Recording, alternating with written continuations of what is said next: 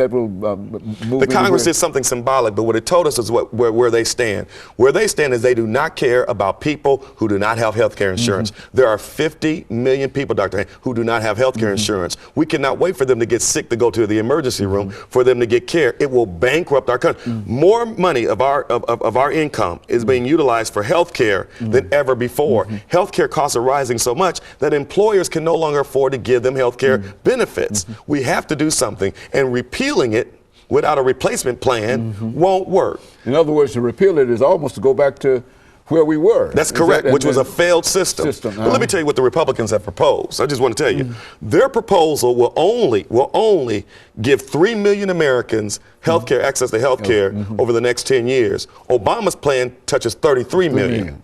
That's the difference between the two sides. 30 million difference. That's a small, insignificant You're right, difference. exactly right. And as a matter of fact, since you've been involved with institutions of higher education, Meharry Medical College, and Matthew Walker Comprehensive Health Center. Well, what do you think about the state of financial state for many of our historically black institutions like Meharry and Tennessee State, etc. What do you think about? Let's speak to that. Well, it's a major challenge right now. What is happening is ever since President Barack Obama got elected president, some people feel like now we are a colorblind society. There's no longer any other racism. There are no communities that are underserved. Why do we need an HBCU when we finally have fulfilled the dream of Dr. King by electing President Obama? That's not the case. Electing President Obama has nothing to do with what's going on here in Nashville regarding the underserved community. We still need Meharry because it produces more black doctors than any other institution. Do you know where those black doctors go and serve? In the underserved communities where they are needed the most. So we need Meharry, we need TSU, and we need Fisk, we need American Baptist College.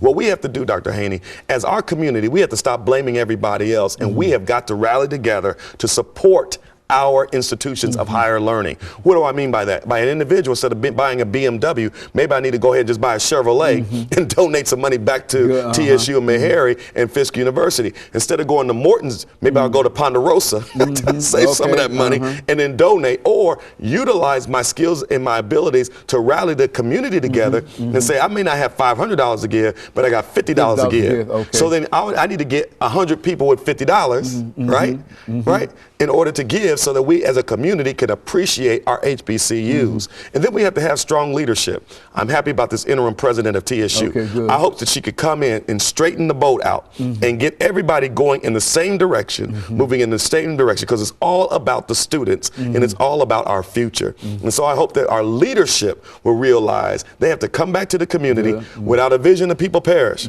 Show us the vision of TSU. Show us the vision of Meharry. Show us the vision of Fisk and American Baptist College. And then as a community, we need to rally with them, amen, to make our institutions stronger and better to better serve our community. You know, one final statement that we're looking for from you is something in reference to our participation in politics.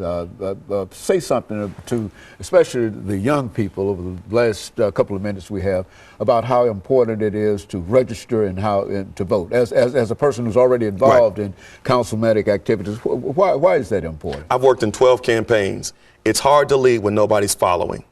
Our young people have tuned us out because what they've seen us saying, we'll make promise after promise after promise and never deliver. Our politicians come into our communities once every 4 years asking for a vote. We never see them again. So the young people are saying, I don't see how my life is different.